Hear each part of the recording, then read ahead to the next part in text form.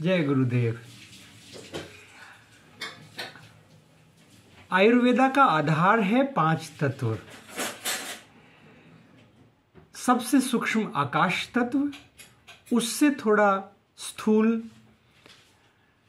वायु तत्व, उससे भी स्थूल अग्नि तत्व, उससे भी थोड़ा और स्थूल जल तत्व, और सबसे ग्रॉस पृथ्वी तत्व। कपिल महर्षि जो कि सांख्य योग के सांख्य दर्शन के जो रचयिता हैं, सांख्य दर्शन के जो देने वाले हैं, उनके अनुसार बोले सबसे पहले ब्रह्मण था, केवल ब्रह्मण था, केवल कॉन्शियसनेस थी, पुरुष, केवल पुरुष था। फिर पुरुष अद्वैत एक था, और फिर उस अद्वैत को अपने आप को प्रकट करने का एक इम्पल्स, अद्वैत पुरुष में अपने आप को प्रकट करने का एक इम्पल्स उठा, तो प्रकृति प्रकट हुई। पुरुष से प्रकृति प्रकट हुई। बोले पुरुष को कहते तो एक तरह से मेल एस्पेक्ट बोलते, बट मेल एस्पेक्ट नहीं, पुरुष यानी एक ब्रह्मण, एक चेतना, और उससे प्रकट हुई फिर प्रकृति। और पुरुष और प्रकृति के से मिलके प्रकट हुआ महत तत्व। महत तत्व यानी कॉस्मिक इंटेलिजेंस, कॉस्मिक इंटेलिजेंस जिसने सब कुछ रचा। यानी एक तरह से हम बोल सकते हैं जितने भी देवी देवता, सूक्ष्म शक्तियां, जितने भी देव शक्तियां बोलते हैं, यक्ष बोलते हैं, गंधर्व बोलते हैं, किन्नर बोलते हैं, ये सूक्ष्म शक्तियां जो गवर्न करते हैं सारी प्रकृति को, सारी नेचर को, वो महत तत्व में ऐसे प्रकट हुए। महत हुआ कॉस्मिक इंटेलिजेंस, और कॉस्मिक इंटेलिजेंस से अहंकार प्रकट हुआ। अहंकार यानी इंडिविजुअलिटी, यानी यत पिंडे तद ब्रह्मांडे, यानी ब्रह्मांड जिस तरीके से प्रकट हुआ, प्रकृति जैसे प्रकट हुई, प्रकृति से सारा ब्रह्मांड प्रकट हुआ, और उस ब्रह्मांड के अंदर अलग अलग इंडिविजुअलिटी, अहंकार पैदा हुआ। और अहंकार से बोलते हैं 3 शक्तियां, सतोगुणी शक्ति यानी ब्रह्मा शक्ति, रजोगुणी शक्ति यानी विष्णु शक्ति, और तमोगुणी शक्ति यानी शिव शक्ति। सर्जनन, पालन और श्रृंगार, ये तीनों की शक्तियां अहंकार से प्रकट हुई, तीनों शक्तियां। और तीनों गुणों में फिर सत्व से जब अहंकार ने अपने आप को प्रकट करना चाहा, या इस संसार को एक तरह से अनुभव करना चाहा, तो सत्व से 5 इंद्रियां प्रकट हुई, 5 ज्ञानेंद्रियां, 5 कर्मेंद्रियां।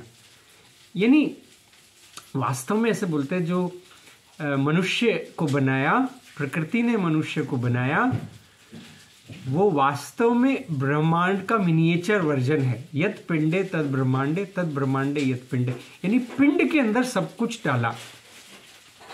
5 तत्वों से पूरा ब्रह्मांड बनाया, 5 तत्वों से ही फिर ये शरीर भी बनाया।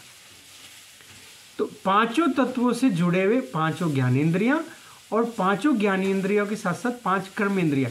5 ज्ञानेंद्रियां यानी क्या क्या हुए? हमारा आंखें, आंखें अग्नि से जुड़ी, अग्नि तत्व से जुड़ी। नाक यानी गंध, आंखें यानी दृष्टि, दृष्टि अग्नि तत्व से जुड़ी। नाक यानी गंध, गंध पृथ्वी तत्व से जुड़ी। और कान यानी श्रवण, श्रवण आकाश तत्व से जुड़ा। बिना स्पेस के साउंड नहीं हो सकती, बिना स्पेस के लिसनिंग भी नहीं हो सकती, साउंड भी नहीं हो सकती। कान आकाश तत्व से जुड़े। ऐसे ही जीभ स्वाद के लिए वो जल तत्व से, रसनेन्द्रिय बोलते हैं जीभ को एक तरीके से। तो रस जो है हमारे जीभ से जुड़ा, और त्वचा टच से जुड़ी।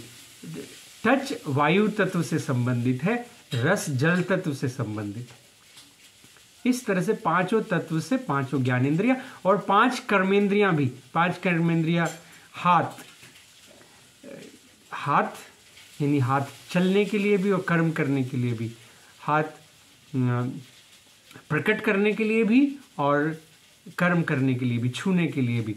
पांव, हाथ, पांव, जीभ स्वाद के लिए 3, और जननेंद्रियां प्रजनन के लिए, प्रोक्रिएटिविटी के लिए, और एस एक्सक्रीटरी फंक्शंस यानी मल मूत्र के त्याग करने का, जो हमारे 5वीं कर्मेंद्री ऐसे हुई। तो 5 कर्मेंद्रियां, 5 ज्ञानेंद्रियां और एक मन, यानी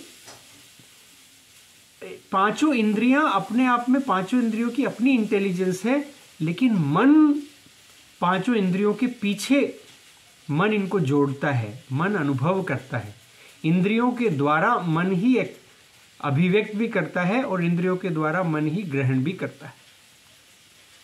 ऐसे ही इंद्रिय कर्मेंद्रियों के द्वारा भी मन ही काम करता है। तो मन, एक मन, 5 कर्मेंद्रियां, 5 ज्ञानेंद्रियां, ये सतोगुणी ब्रह्मा शक्ति से ये 11 प्रकट हुए, ऐसे बोलते हैं ऋषि कपिल ऋषि ने ये बताया। और फिर तमोगुणी शक्ति से 5 तत्व, 5 महातत्व, 5 महाभूत बोलते हैं, वो प्रकट हुए। 5 महाभूत जैसे बताया हमने अभी। आकाश यानी स्थिर। आकाश में, आकाश कोई द्रव्य नहीं होता है, आकाश खाली जगह। 2 वस्तुओं के बीच, 2 वस्तुओं को अलग अलग होने के लिए आकाश की जरूरत है बीच में। आकाश स्थिर, और आकाश में चलता हुआ आकाश तो वायु, और चलते हुए आकाश के अंदर जो ऊर्जा है, जो तापमान है, जो अग्नि, जो जलन है, जो शक्ति है, वो अग्नि जो प्रकाश भी प्रकट करती है, तापमान भी प्रकट करती है, और जो शक्ति भी है, अग्नि। और द्रव्य रूप में जल, और ठोस रूप में स्थिरता देने के लिए पृथ्वी तत्व। और फिर ये पांचों तत्व ही पिंड में बने, पिंड में आए तो शरीर रचा, पांचों तत्वों से शरीर रचा। और ये पांचों तत्वों से पांचों कर्मेंद्रियां और पांचों ज्ञानेंद्रियां भी जुड़ी। और पांचों तत्वों का पांचों ज्ञानेंद्रियों और पांचों कर्मेंद्रियों के साथ संबंध बना। तो इस तरह से ये 5 तत्वों की पुतली भी बोलते हैं ना शरीर को। ऐसे मन पे भी, अच्छा, पांचों तत्व सिर्फ पदार्थ रूप नहीं है, ये मन में भी, सूक्ष्म रूप में मन पे भी उनका प्रभाव होता है। और ठोस रूप में यानी एनर्जी फॉर्म में माइंड, और पदार्थ के रूप में शरीर। इस तरह से ये 5 तत्व आए, ये पांचों तत्वों के शरीर से बना। अब देखिए, अब ये पांचों तत्व भी वापस में ये कोएग्जिस्ट, इनका कोएग्जिस्ट करना जरूरी है। शरीर के होने के लिए, वातावरण के होने के लिए भी कोएग्जिस्ट होना जरूरी है। तो वहां खेल शुरू हुआ। खेल क्यों शुरू हुआ? अब पृथ्वी और जल ये कोएग्जिस्ट अच्छे से नहीं करते। जल और अग्नि कोएग्जिस्ट नहीं करते, दे कैन फाइट। अग्नि बढ़ती है तो जल को उड़ा देगी, जल ज्यादा बढ़ेगा तो अग्नि को बुझा देगा।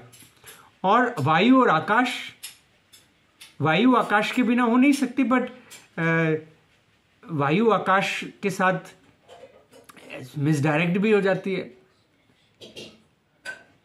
आकाश को भर भी लेती है वायु। तो इस तरह से ये को एग्जिस्ट करें तो वात, पित्त और कफ, ये 3 शक्तियां, एक तरह से 3 दोष बोलते हैं एक्चुअली। दोष मतलब चूंकि संतुलन बनाए रखने के लिए ये तीनों दोषों को, इनका संतुलित रहना जरूरी है, इसलिए इनको दोष बोलते हैं। उसको अगले वीडियो में देखेंगे।